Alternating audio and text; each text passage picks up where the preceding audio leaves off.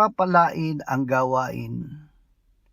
Igagawad sa iyo ng Panginoon ang kanyang pagpapala sa iyong mga kamalig at sa lahat ng iyong gagawin, at pagpapalain kanya sa lupain na ibibigay sa iyo ng Panginoon mong Diyos.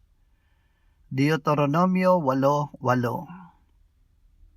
Gawin natin ang ating gawain at tayo ay maghanap buhay gamit ang ating pananampalataya at pagsunod sa Diyos.